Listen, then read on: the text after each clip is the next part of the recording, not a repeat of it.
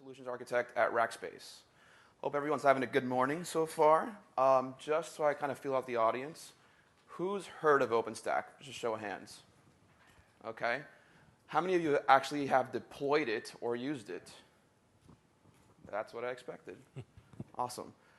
So in this presentation while I'm up here, I'll be talking to you about how you can unlock your cloud and build a better way to deliver IT to your company. With me is Ryan Geyer from RightScale, who will be giving a demo sometime later. But the whole point of this is to kind of help you understand how OpenStack, Rackspace, and RightScale can benefit your company and your applications. So a brief agenda of what I'll be covering today. I'll discuss the open model with regards to cloud and OpenStack and Rackspace. I'll talk a little bit about what it is, just to get everyone in the same playing field. I'll talk about its history, where it's come, and where it stands today. I'll then jump into how you should build cloud-aware applications. At the same time, I will also touch on how you can make the cloud your own using the hybrid IT model. I'll then jump into how RightScale can help you leverage a unified management plane as well as automation. We'll jump into that demo that Ryan will be assisting me with, and then I'll hold some Q&A at the end. So basically, with the massive innovation and maturation of cloud technologies and services in the IT community over the past couple of years, now is the time to really reevaluate the new approaches to build flexibility and resiliency into your business strategy. When you incorporate the latest cloud technologies, what you're really doing is you're allowing yourself to elegantly handle demand and go to market much faster than you probably would on legacy infrastructure. A little bit of background with regards to OpenStack. OpenStack really is just a piece of open source software that allows you to run a cloud anywhere on commodity hardware. The main principle that OpenStack prides itself on is that it's aimed to deliver massive scale. And this is not just in development or sandboxes. This is for production. It's being used in production today by various companies, including Rackspace. At the same time, it's not just software. OpenStack is an ecosystem and a community that's devoted to innovation and evolution of its own products, as well as the standards that are in the industry today. Another core principle of OpenStack is that it really wants to make sure that it thrives with regards to flexibility and deployment, as well as features that it offers and it can support. But more importantly is that OpenStack is really setting the standards for what broad deployment in cloud infrastructure means today. And lastly, and this is the big one, OpenStack means that there is no fear of vendor lock-in. You can really think of OpenStack as an abstraction layer that doesn't really reside with one entity, or one company, or one person for that matter. So it's really about open choice. At Rackspace and at RightScale, we are all about choice. Though Rackspace supports the infrastructure backend and RightScale supports the management of applications, we still want to make sure that our customers have choices, whether that be in public cloud or in private. So, OpenStack started almost 3 years ago now, and it was birthed out of Rackspace and NASA. We saw immense opportunity internally for its success. So we got to thinking, and we saw that for this to really take off, we needed to open source it. So we went through that process, we open sourced it. Initially, it was slow to ramp up, but eventually it really took over the industry as we know it today. We're getting immense amounts of contributions and adoption rates that have surpassed, and I quote, the Linux kernel to date. And that is a feat in and of itself. Because we open sourced it and more people were aware of the power that it really contained, a lot of questions were being asked in terms of what is the future of OpenStack with regards to control of it. So again, birthed out of Rackspace and NASA, but open source only got it so far. So we got to thinking. We decided to make an executive decision that for an open source project of this caliber to really thrive, we had to pass on all control of it to some other entity that wasn't monolithic, nor controlling that it would be favorable in their terms. So as of this early fall, we are very proud to say that we helped stand up the OpenStack Foundation that not only controls and administers the trademarks and rights of OpenStack, but it makes sure that everyone that contributes to that community has the equal opportunity to use it, to contribute to it, and to consume it. So in these 3 years, we've hit a lot of milestones. There have been a total of 7 major releases on a 6-month release cycle. Between each release, we have hundreds upon hundreds of commits from contributors all over the world. But at the same time, amassed it all, it's been over 1,000 commits, and it keeps getting better. The main thing that you need to think about OpenStack is that this is a project unlike any other. Last week, for those of you who might not or be aware of the OpenStack Design Summit, it's held every 6 months in accordance with the release cycle. So last week, the Design Summit was held in Portland. There was 2,500 registered attendees, but there was way more in attendance, of the upwards probably close to 3,000. And we're talking about every single major company in the tech industry in the Valley. We had people in terms of all sorts of roles, developers, system admins, Linux admins, business executives of all calibers, people new, seasoned vets, analysts. I mean, it was incredible the turnout that we saw. And so this is a testament as to how rapidly OpenStack has become the new standard for what is cloud infrastructure.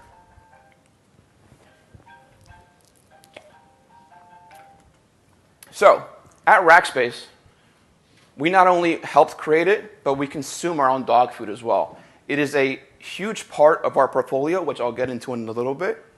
But our vision, really, is to help enable a global open cloud.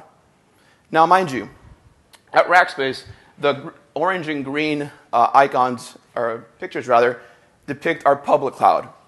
The blue ones represent our private cloud, all of which have OpenStack baked into it some way or another. At the end of the day, Rackspace, we're a support company. So behind all of our products is fanatical support, especially with our private cloud. We offer it for free. You can go download it right now off of our website. It's all package-based. It's free to use. Use it to your heart's content. And if you need support, that's where we come in. But if you don't, well, at least give it a shot. But what we really want to keep pushing is, again, this notion of an open cloud. So amongst all of our products, customers have variances of usage capabilities. They can use our public cloud. They can use our public cloud. But at the end of the day, they might want some interconnectedness between all these environments. Not only does that depict our customers, but other OpenStack deployments around the world. And our vision, again, is to really push this so they're all interconnected. So at the summit last week, we are very proud to announce that, again, to push this message across, Rackspace will be partnering with service providers and telcos from around the world, globally recognized names in the industry, to not only help bundle up our public cloud and install it in their data centers. We're not just dropping it and walking away. No. We're helping them installing it. We're managing it for them. We're supporting them. And we're going to market with them. So not only are these major telcos and service providers now having a replica of our public cloud services, but what we do is we're going to interconnect all these data centers from around the world and truly create a federated network based on OpenStack. So I alluded to our portfolio at Rackspace in terms of our products. We have a slew of products, some of them cloud-based, some of them more enterprise-driven. And originally, for those of you who have heard of Rackspace, we've always been a hosting company. We've even gone so far as to be rebranded as the Open Cloud Company, as you can see in a couple slides back. So we're really committed to this message of an open cloud. The way OpenStack is consumed in our company touches cloud servers, which is equivalent to compute, block storage, cloud files, which is object storage, database, our private cloud, the list goes on. But the idea is that OpenStack can be consumed in various amounts of ways. This is how we're doing it. The question is, how can you do it in your enterprise? And again, all of our stuff is backed by fanatical support. So the main thing to take away from this is that OpenStack is resilient. It's in production at Rackspace. It's in production across various big companies. Last week at the summit, Best Buy, HubSpot, Comcast all served up great presentations of how they use it today. I think even Comcast went as far to say that their cable box sets predominantly have switched to an OpenStack environment, if I'm not mistaken. So again, immense opportunities with what OpenStack has to offer. So,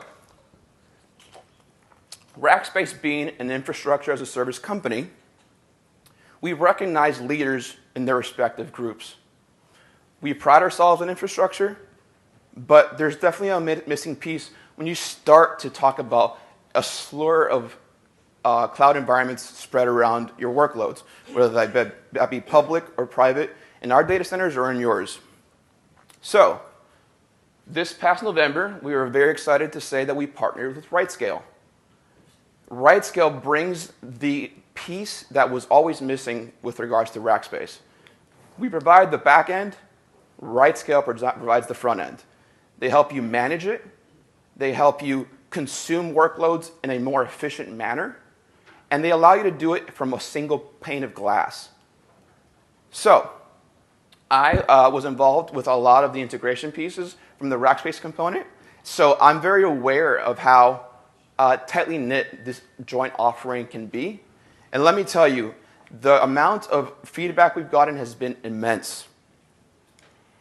So, how do we leverage RightScale? I alluded to earlier that at Rackspace, you can have your public cloud that we power by OpenStack, our private cloud also powered by OpenStack, whether that be in our data centers, in your data centers, or in a third-party colo.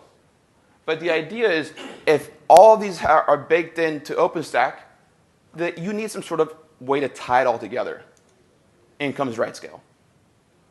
They give you that unified pane of glass that's always been missing from us. So, what does that buy you?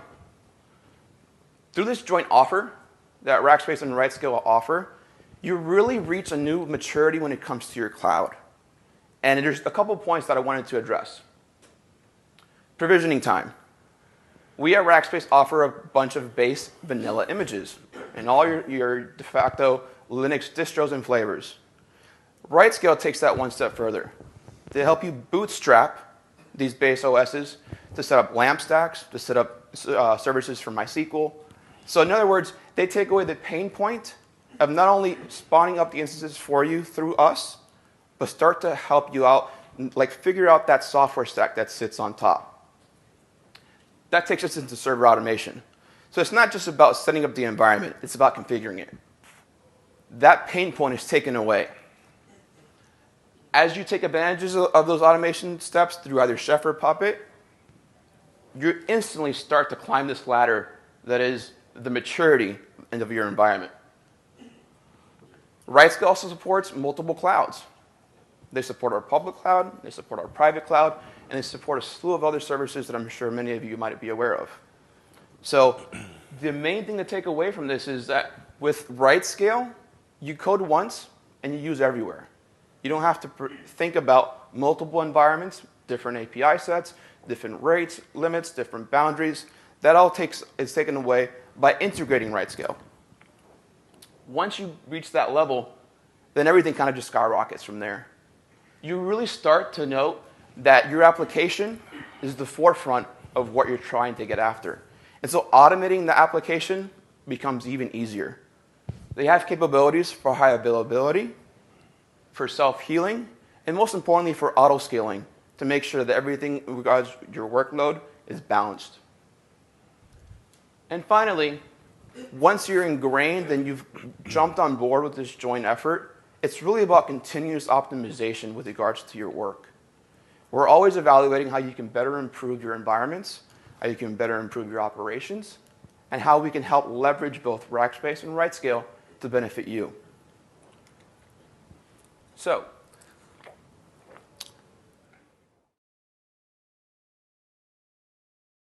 Rackspace and RightScale, I like to think of it as two different approaches. Your traditional legacy virtualization approach and your newer cloud approach. So let's talk about the legacy portion for a sec. And this is merely an example. When it comes to legacy, you really have to focus on your infrastructure. That becomes pretty much the bulk of your work, not only up front, but continuously. That's with regards to updates, that's with regards to management. So now it's time, money, resources that are used up more than you would have anticipated, and it's cycles you burn to not actually focus on your apps. And it's a model that really scales horizontally. It doesn't scale vertically.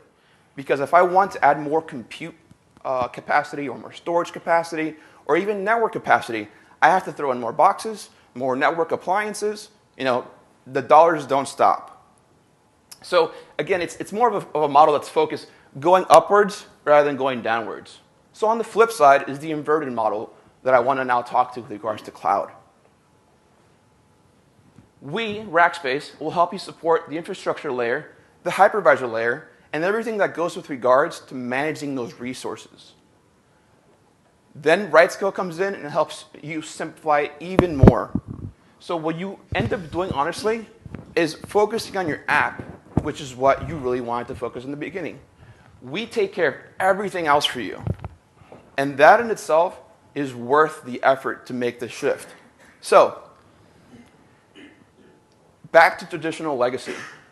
I'm not stating that existing apps today for legacy systems are a simple translation from the existing infrastructures that are in to a new cloud approach. I'm not stating that. That's impossible. And if you're the one person who can come up with a simple solution that fits all, well, you're going to make lots of money. But unfortunately, that's not the case today. So, what I'm trying to get at is, you have, if you're, again, I'm talking to the legacy enterprise folks here. With regards to true virtualization, it's not about being able to be flexible.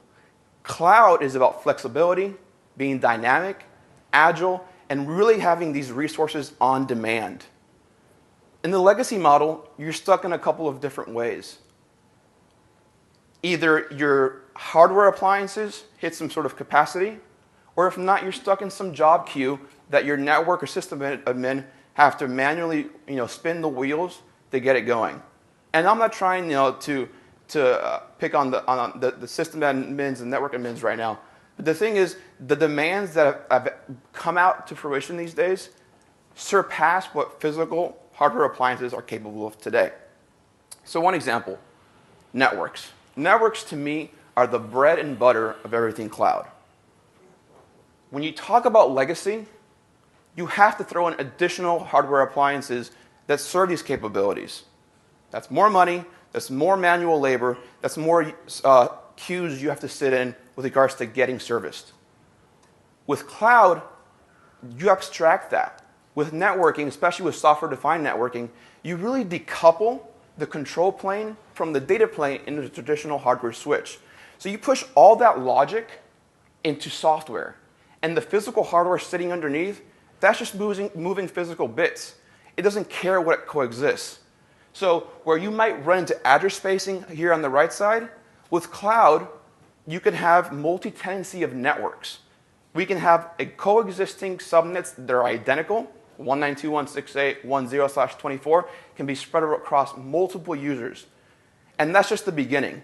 You can start layering the OSI model on top of it, and all these services can coexist on the same physical appliance that drives it, because everything is now pushed into software. With regards to OpenStack, I'm talking about the Quantum project. The Quantum project is hugely taking off. We've reached the level of now abstracting up to layer 2 that everything else is really up to you. So the opportunities increase immensely. So, how do you define your cloud? What customizations do you need for your business? Not every single business is cookie cutter. So, though we have a standard model to help you, the question is, it takes some help on your end as well.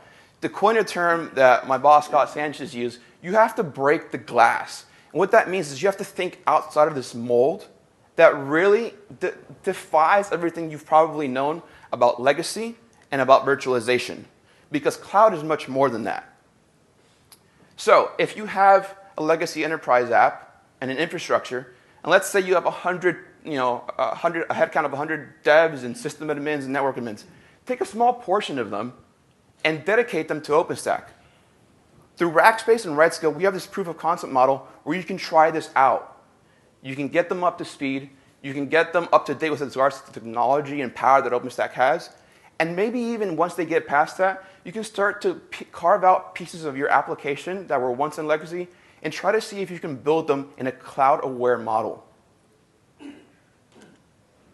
So with RightScale, you really expand your capabilities, surpassing what the infrastructure has to offer. They help you with configuration, they help you with automation, and most importantly, they help you with governance. And this is all under one unified interface. For example, with regards to Rackspace, this is just the beginning of what they have to support with regards to our products. Our public cloud, our object storage, our block storage, our private cloud. They've even integrated services with regards to our managed support, with regards to Rack Connect if you have dedicated gear sitting in our data centers that's bursting into our public cloud. Yeah. The point of the matter is they're ingrained into every single facet of our company. And we like it that way because we can't do it alone, and we're definitely partnering with the best. So I can talk about this all I want, but let's hear about someone actually using this today. Behance is a platform for creative folks to showcase and discover their work. So they face a lot of challenges. They're a fast-growing company with immense amounts of images and media that they have to store, process, and deliver. So they came to RightScale and to Rackspace and said, hey, we want these capabilities and this management of this infrastructure to not be an issue for us anymore. We're growing way too quick. So they use Rackspace's dedicated servers, which is the boxes sitting in our data center. They use our public cloud. They interconnect them with Rack Connect. They even have NAS factored into this setup. And on top of that, they have RightScale sitting on top. And the business outcome that they've had is that this company can rapidly scale their business. They're able to store lots of user-generated content, and most importantly, they're saving lots of time and money. But most importantly, from their point of view, is that they allow their development team to focus back on what matters, and that's building out their product. Their head of technology, Chris Henry, even stated that with Rackspace's cloud servers and RightScale, that allows them to add capacity at this moment when they need it and not later.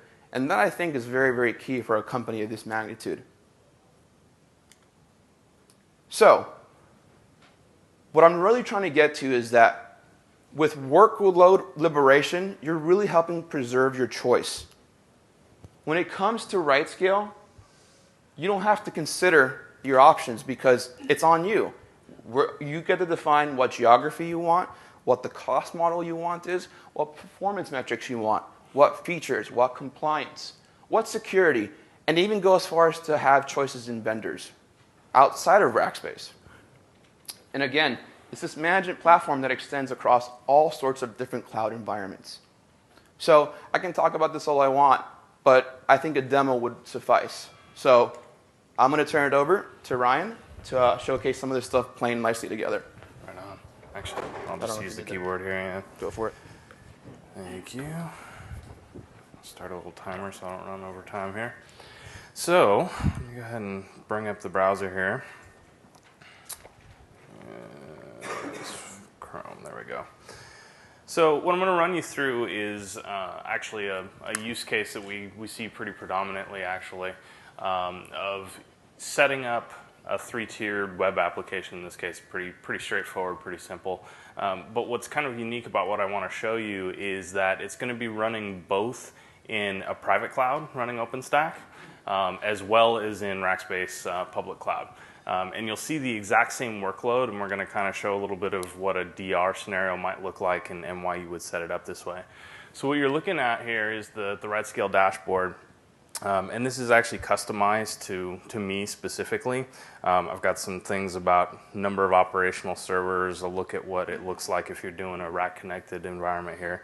But really kind of focusing on that application-centric view that Mike was talking about. We're really focused on the application, and then the infrastructure is kind of, supplemental to that. We need it to be there, but it's not the focus of what we're doing, especially with DevOps.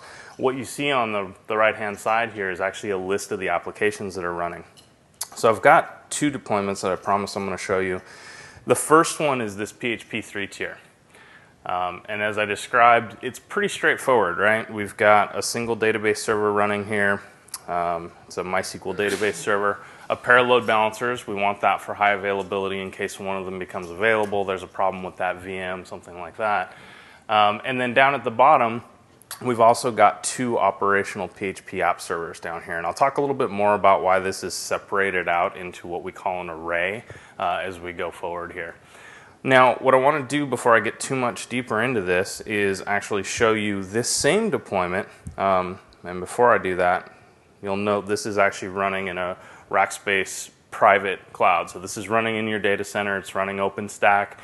This is KVM set up really easily using the Alamo distribution that you guys have, which is awesome. I've used it myself. So this is running in your private cloud. I'm going to open this up in another tab so I can switch back to that easily. Now, I have a nearly identical deployment, a nearly identical application that is running all of the servers, but shouldn't be, that's running in Rackspace Open Cloud Dallas. So this is running in the public cloud in a Rackspace data center. And what this should actually represent, I should have checked this before the presentation here, is that actually these 2 load balancers shouldn't be running. Now, the reason for that is we've set up this deployment and we're running these servers as a DR option. So that database server would be the only one running. It would be replicating all of your data from that production deployment that's running in your private cloud. So if you do have a problem, you have that flexibility to then fail over, run this as your master server, and launch the other servers around it. Launch the 2 load balancers, launch your application servers, change your DNS records, and then you're off to the races, and you have the same environment, the same workload running in a public cloud. So we'll talk about this a little bit more as we go forward here. And just so that I can actually show you the guys this, I will actually terminate these and we'll probably have them turned down by the time that I get back to it. So the real meat of this, the real way that we're able to actually, first of all, focus on the application, but then also allow you to run the exact same thing in any one of the clouds that we support, which is obviously, in this case, highlighting the Rackspace and OpenStack configuration, is the concept of what we call a server template. So you'll notice that each of these obviously have a role. It's a database manager, load balancer, so forth. What I want to do is actually click into the database manager, and this is all the detail for the running server, including the server template that it's running from. So if I click into this, the server template is a blueprint for this role for a database server, MySQL database server. So if we take a look at this, it's composed of a number of parts.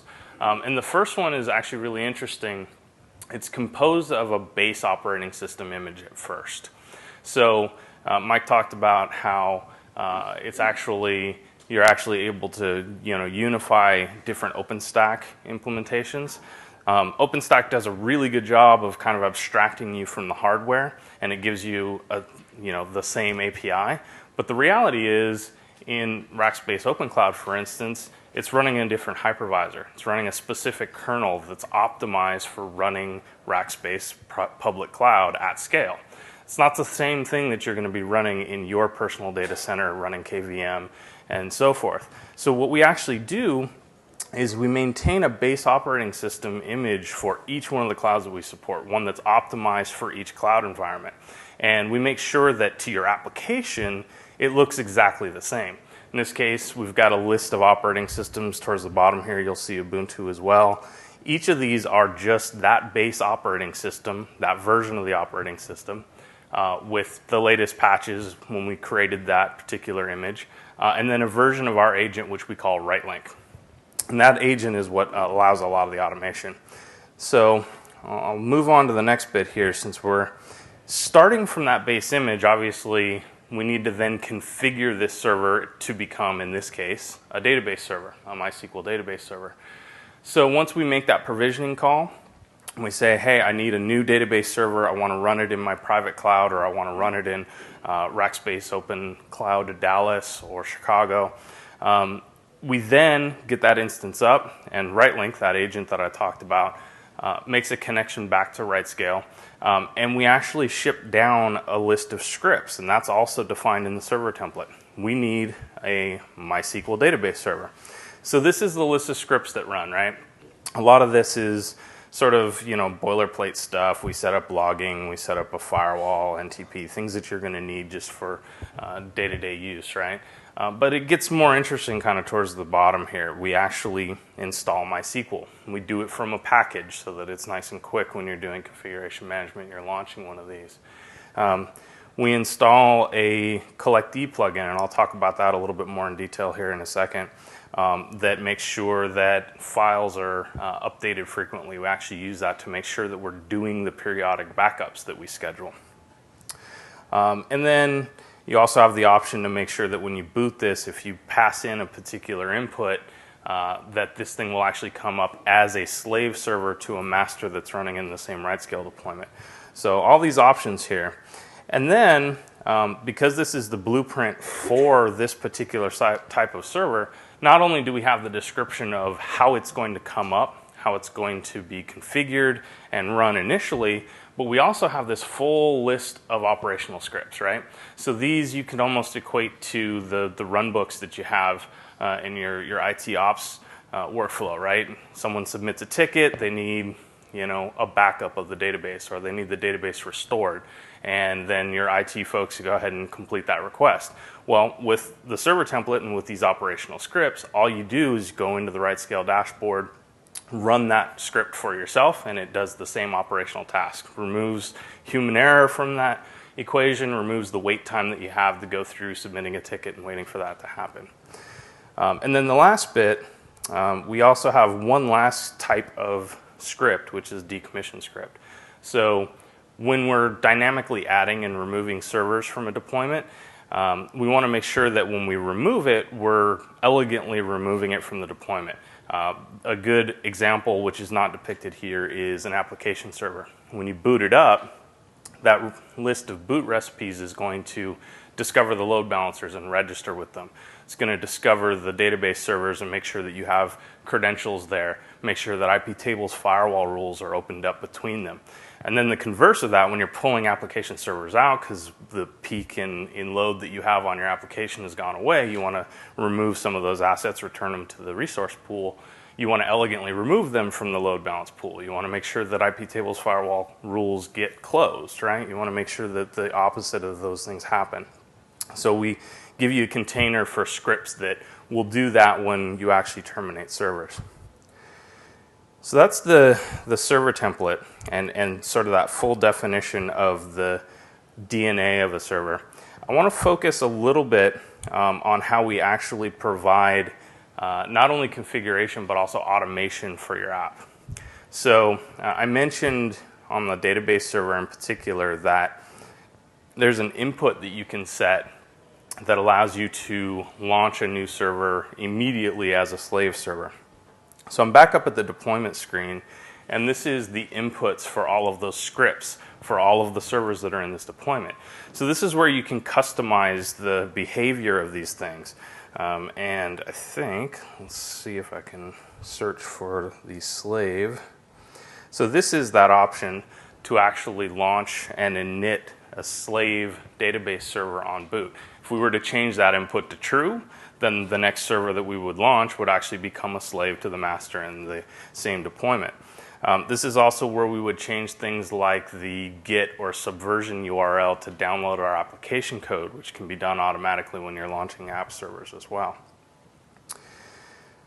So I'll go back up to the servers tab here and talk a little bit about the automation piece of it. So to do that, I'm going to actually click into the first load balancer here. I mentioned that we installed a plugin for CollectD. So we use CollectD to actually grab a bunch of monitoring data from the server, send it back to RightScale. We use that, of course, to create these graphs, which are great, gives you a great health check, and you can actually add these to that customized dashboard that I showed you at the beginning, so you can have a high-level overview of servers that are running that are important to you.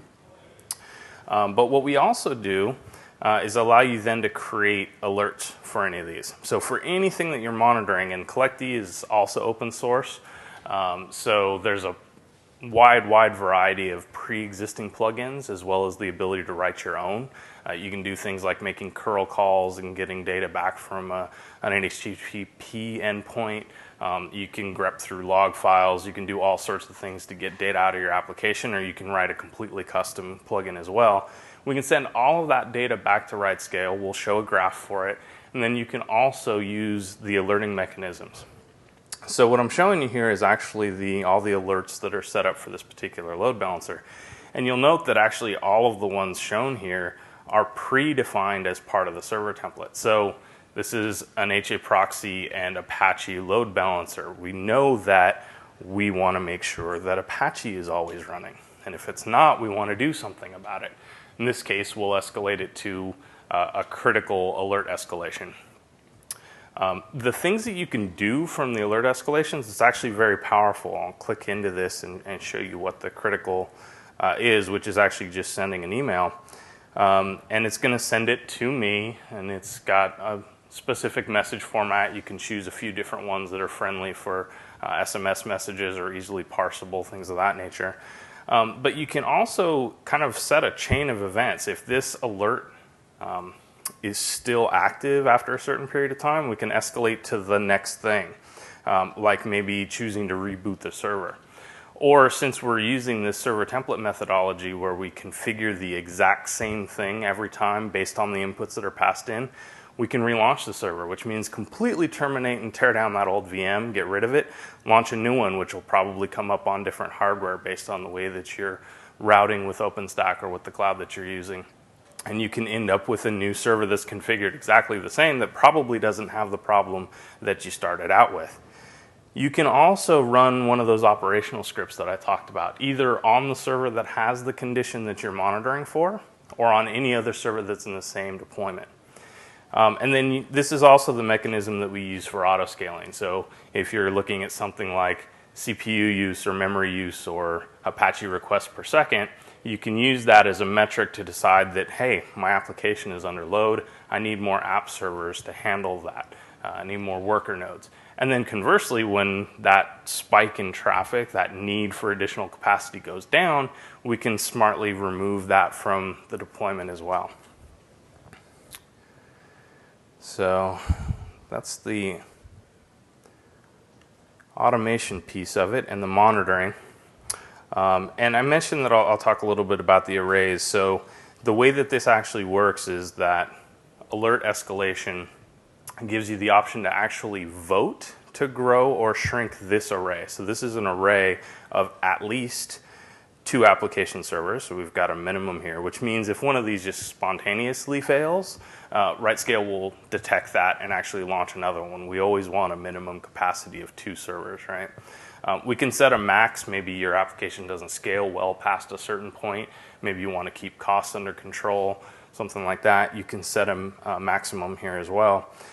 And what's really key to this is that the auto-scaling mechanism that we use is based on voting. So in this case, we've got 2 application servers. Both of them have alerts on them that are going to say, you know, if Apache requests per second are past a certain threshold, this one node, this one application server is going to vote and say, hey, I'm overloaded. Can you please add some more capacity to this deployment? Well, that one application server might be misconfigured. It might be the only one getting traffic from a load balancer, and you might have 3 other servers that are fine, right? So we actually use a voting mechanism where we need a simple majority to make sure that all of the resources in the same pool are encountering the same problem, and that's what we use to make the decision to add or remove capacity. So I'll switch back over to the disaster recovery deployment. and just kind of talk through really quickly what it would look like if you did have to do DR. Assuming that maybe one or more of the servers on your production side in your private data center was having some sort of problem, it's as simple as actually selecting these, which you've already seen, and instead of terminating them, I'll launch them, and these will get assigned new IP addresses. We can, as soon as we get the API response back, we'll know what the IP addresses are, and we can go change our DNS records. We can also then fire up this array. Those application servers will come up, automatically find the load balancers and register with them, make sure that they get the database connectivity set up, and in a matter of a few minutes, you'll have the exact same workload up and running. Your data is already replicated over there because you have that hot replication happening from your private data center to the Rackspace public cloud. And that's really all it takes to actually do DR. And it's enabled by the fact that we're using that server template methodology and the ability to do things dynamically and stand these things up. So that's my demo. I'll bring Mike back up. Question? Yeah, of course. What's the longest distance between the two sites? Yeah, so the question is the physical distance between the data centers.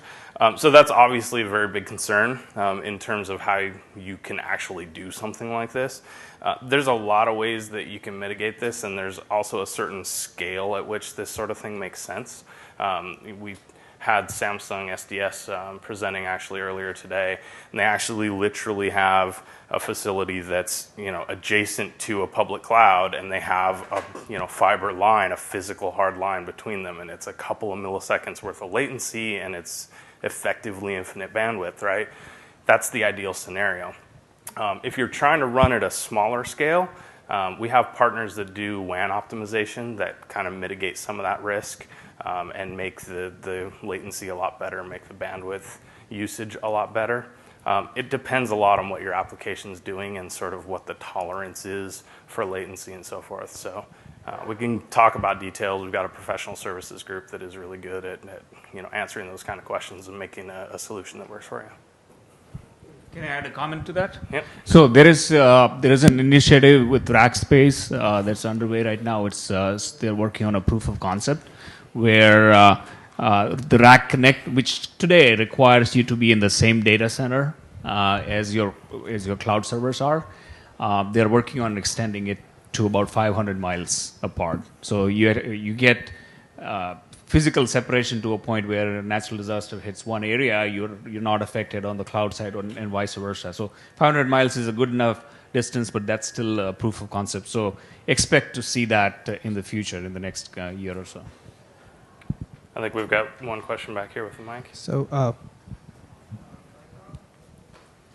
Yep. So my question is, we are working on a use case where, apart from disaster recovery, we're trying to work through replication. So we are kind of hybrid cloud. We use Rackspace, we use Azure. So there's a lot of stuff. So what we're trying to do is, getting application at the runtime, they replicate their data to another cloud. Yes. So which seems like a concept of disaster recovery, but it's not disaster recovery. We're just backing it up there. So if in case something needs weak and this particular cloud becomes too expensive for us to kind of administrate or something, we can move to OpenStack, which is more kind of a cheaper solution for us. Sure. So how does that concept of server templates comes into picture? And do you guys have any working solution which does that? So any working solution which will allow you to kind of run the same database server across many different public cloud providers and probably have them replicated to each one of those. Exactly, so across the clouds, not like in the same cloud. Yep, absolutely. Yeah. So that's actually exactly what I showed in this demo. So it kind of seemed maybe like it was the same thing because they both are labeled Rackspace, but it's actually Rackspace Private Cloud, which is running OpenStack in a private data center. And it's actually hosted for us and running that full stack. And then the other one is actually running in the Rackspace public cloud. So these are two completely physically different. Even the versions of OpenStack are different. The hypervisors are different. It's two completely different clouds. It could have just as easily been on a completely different public cloud provider. Could have been two different private data centers. It could have been distributed across several. It was just kind of easier to show just the two, but the server template makes it possible for you to run exactly that same server type anywhere. We abstract it at the image level, then we add configuration management on top of it, and then RightScale makes all of the provisioning calls to the correct endpoint with the correct API. So we abstract all those differences for you. Yep. What I just saw looked like a very manual DR. What controlled the database flipping back and forth between master and slave and then the web server front end? Yeah, so it would be fairly manual in the scenario that I showed you. The step of actually failing over your slave to become a master is actually one of those operational scripts, which I didn't show. But you can actually click on one of those operational scripts that'll promote a slave to a master. And what we do there is we actually update a dynamic DNS record. So we say this is the host name for our database server. We update that record, and your application servers are going to start using that new database server.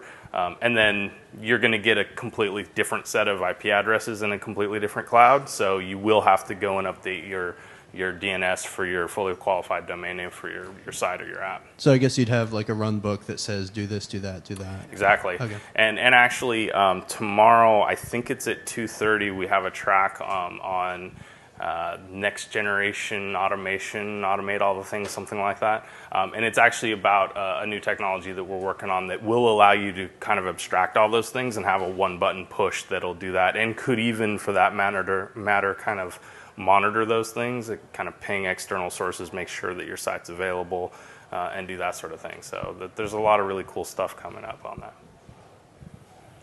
So, yeah, you got the mic. Go for it. Hey, it's a quick question. I think you glanced on it. You spoke to it earlier. The images themselves, whether they're running in the private or the public, are actually a RightScale invention. And that, like, it's just being, Rackspace is just accepting it. And for me, this is all news, like all new stuff. So it's hard to kind of see where one entity ends and one begins, and appreciate where RightScale conference, listen to hearing about Rackspace. But these are all RightScale images that are underpinning all of it. So to put a finer point on it, yeah, they're ones that we've kind of made and that we've made sure are available in the different clouds that we support. In actual fact, they're proprietary to that cloud, right? So Rackspace Public Cloud is using a customized Zen hypervisor, requires a specific kernel, right? So since we're partnered with Rackspace, we can make sure that we make an image available that's in that format that to your application looks exactly the same. It's CentOS 6.3, it's a specific version, it's a specific patch level, and then we've got a completely different image in other public cloud providers, in your private cloud, but it looks the same to your app. Right. Yeah, and what we invented is sort of that abstraction that we call a multi-cloud image. So I say I want CentOS 6.3, and we know that if you choose Rackspace Public Cloud, that we make this API call and we use this particular image, right? CentOS 6.3 will have like the RightScale thing. Precisely. Yep. All right, thank you. Yeah. Hi. Yes. So my question is like we are talking about orchestration, right? So how do we orchestrate multiple clouds and maybe in different geographies and all that stuff, having a common application? But what about the orchestration management servers itself, right? Are they also distributed? So let's say I'll give you an example, right? So I want an image, right? I have a cloud running in Europe. I have a cloud running in US. Now, the app is common. But are the RightScale servers also running both in Europe and US? Because if the RightScale servers have to support this kind of configuration, they also have to be distributed such that they're not... Because if the RightScale servers are only running in US, then an image download in Europe may take forever, right? Yep. No, you got it. So again, specifically in terms of the image, that image is going to be homed to the cloud that you're consuming, right? That's part of what OpenStack abstracts for you, or CloudStack or any other technology, right? Is that the actual image resides in the data center right next to your compute node. So when I say I want a new VM and I want to use this particular image, they're on the same network. They're physically adjacent to one another, right? It's not more of the image. It's more on the management server Sure. itself, right? Yeah. So, yeah, all right. Yeah, I'll answer that question. Sorry, I got a little bit too focused on the image part of it. So, RightScale is a software as a service, and our whole infrastructure is distributed, right? So we eat our own dog food, right? We are actually consuming public cloud providers to run that software as a service. We are distributed. And we actually have a mechanism for being able to run your RightScale account that's managing your infrastructure in a specific geographic location. So if you are running your servers in Rackspace, Chicago, for instance, you can make sure. Or Rackspace London too. Or London, sure, exactly. We can make sure that your RightScale service is running in a completely different data center, maybe even a completely different public cloud provider. So we make sure that the orchestration layer that sits on top is highly available and won't be impacted by outages that your application might have because it's located differently in a different data center. Just a follow-up question. And so for my business continuity, how open is RightScale to review their orchestration layer, right? I mean, so I have kind of worked hard to make my application HA and whatnot, right? Yep. Now, I don't want to fail just because of the orchestration layer, right? Sure. So how open is because that's proprietary now, right? I mean, so as we said, don't stick to a public cloud, don't stick to a that, right? Now this becomes my single point of failure, right? Right. So, Josep, can you grab the mic so that everyone can hear? One of our architects, he'll have an excellent answer for you. Basically, I think that a lot of the things that you're asking probably are going to be answered today. There's a talk at 1:30 that talks a little bit about our distributed architecture and what we use. And so if that talk does not answer your questions, then come talk to us because it's not. It's what we do, but it's not closed. I mean, we're happy to share how we do these things because this is part of, making you feel comfortable using the infrastructure. And it's pretty complex, and we're happy to tell you how we do it. Yeah. So just to wrap up really quick, again, if you decide to venture into this joint offering between Rackspace and RightScale, we help at every step of the way with scoping and design. We'll help you plan your project. We'll help you through the guidance, and most importantly, we'll help you go live, and we'll help you support this thing, throughout its life cycle. Again, just to tie it back since we're wrapping up, you have to be willing to break this glass. You have to commit to this new philosophy that this is going to be a change. You have to be able to be putting the resources and the people and the money up front, because once you do it up front, it kind of scales out. You get to scale up vertically, not horizontally. And again, you really decouple the application layer, and it transforms that data layer for you. And then at the same time, as Ryan showed in his demo, you get to use these RightScale templates, alerts, escalation, monitoring that aren't evident in most applications these days, and it's already abstracted for you. So we'll provide advice on how you can deploy this, and how you can perform best practices with regards to management. We'll even train you on OpenStack, we'll train you on RightScale, and we'll give you as much guidance as you need. And again, we'll help you go live. We'll support you all the way. We'll help you with testing, optimization, automation. This is all backed by Rackspace's award-winning fanatical support. It's 24/7, 365, and that helps us allow you to provide access to our OpenStack expertise. It helps you. We can monitor stuff for you in addition to what RightScale offers. We can help you to perform remote patches and upgrades. And at the same time, we offer this joint model of support. It's a no handoff policy. So whether you call RightScale or you call Rackspace, we'll help you figure it out. And then we'll help you do a post-evaluation of where things stand and possibly help you evaluate what the next phase will look like. So again, why RightScale and Rackspace? You have to keep the why in mind. We believe that to really deliver a better model of IT, you have to be willing to elevate your technology to the current times. We'll help you get there. We'll help you avoid the flakiness that is the inflexibility of the old way. And you'll become the person that helps move your company forward. You'll tap into the RightScale and Rackspace brain trust. You'll work with the true cloud experts that we believe are the forefront of today's industry. RightScale is, they're the first cloud management platform that's launched over 5 million cloud servers throughout its platform. Rackspace is known as to be the leader in providing choices in open source and openness for its customers, starting with OpenStack and how we ventured into that, as well as the model of fanatical support that our entire business is based on. So we believe you won't find a better team with regards to going forward with your cloud ventures, and With that, I thank you and welcome any questions that we might have not answered before.